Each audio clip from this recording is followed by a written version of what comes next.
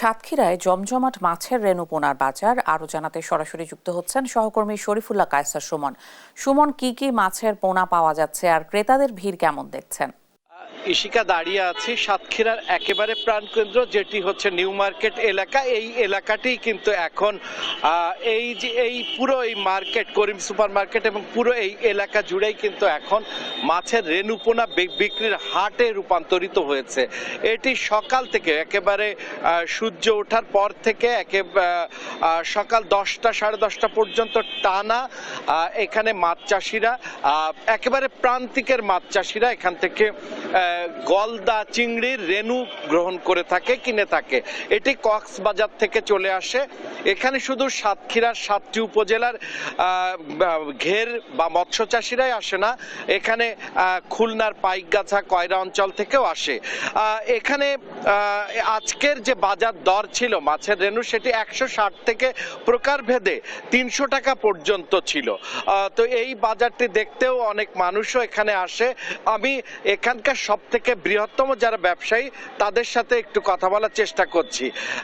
কি অবস্থা এবং এখানে কেমন এই হাটটি কেমন চলছে? এই হাটটি খুব সুন্দর চলছে এবং এবছর যে বাগদার রেণুগুলো আসছে চাষিদের ঠিক যে সময় প্রয়োজন ঠিক সেই সময়ই মার্কেটে আসছে, এজন্য আমরা খুশি।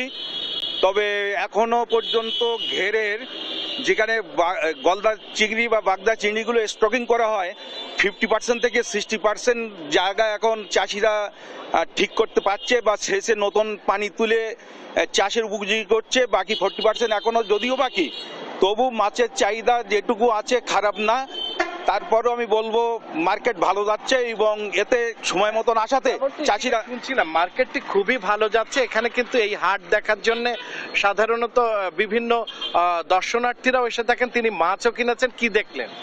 আমি দেখলাম সকাল 7:30 থেকে এখানে খুব জমজমাট, বেশ 10:30 পর্যন্ত একটা আলু মুখরিত এলাকার মধ্যে ছিল, বেশ গুঞ্জন ছিল। বিভিন্ন ট্রাক আসছে, ট্রাক থেকে ককশিট নামছে, মানুষ রেণুপোনা কিনছে এবং এখানে প্রান্তিক যে জেলেরা আছে তারাও চলে এসেছিল। প্রান্তিক চাষিরা এসে এখানে যারা দ্বিতীয় পর্যায়ে কেনাকাটা করে তাদেরকেও দেখলাম তারা পোনাগুলো সংগ্রহ করে তাৎক্ষণিকভাবে যাতে ভোক্তার কাছে পৌঁছানো যায় এখানে বেশ তৎপর রয়েছে এবং জেলেদেরকে দেখা গেল যে তার বেশ খুশি, তারা ন্যায্য দাম পাচ্ছে বলে জানাচ্ছে। হ্যাঁ, যেমনটি শুনছিলাম ইশিকা, এই অঞ্চলটি হচ্ছে কৃষি যেমন গুরুত্বপূর্ণ তেমনি এই অঞ্চলটি মাছের জন্য অত্যন্ত গুরুত্বপূর্ণ। তাও আবার বিশেষ করে চিংড়ির বাগদা মাছটি হচ্ছে গুরুত্বপূর্ণ এবং সেই বাগদার রেণু কক্সবাজার থেকে এখানে আসে এবং এই ঘের ব্যবসায়ীরা যেমন এখানে সফল, তেমনি ভাবে এখানে রেণু যারা বিক্রি করেন এরই একটি এখানে ব্যবসায়ীদের কিন্তু একটা বড় অর্থনৈতিক একটা অঞ্চলে রূপান্তরিত হয়েছে এই করিম সুপার মার্কেট বা এর পাশাপাশি আরও সাতক্ষীরার বিভিন্ন অঞ্চলে এই রেণু বিক্রি হয়ে থাকে। তবে মূলত করিম সুপার মার্কেট এছাড়া আমরা দেখেছি যে বাইপাস সড়ক এলাকারও এখানে কিছু মার্কেট এলাকাতেও এই রেণুপোনা বিক্রি হয়ে থাকে এবং এর মধ্য দিয়ে এখানে একটা বিশাল অংশের মানুষের কর্মসংস্থানও সৃষ্টি হয়েছে এবং এটি একটি অর্থনৈতিক অঞ্চলেই রূপান্তরিত হয়েছে। কৃষি এবং মৎস্য অর্থনৈতিক অঞ্চলে রূপান্তরিত হয়েছে এইটার মধ্য দিয়ে। এই ছিল সর্বশেষ ইশিকা।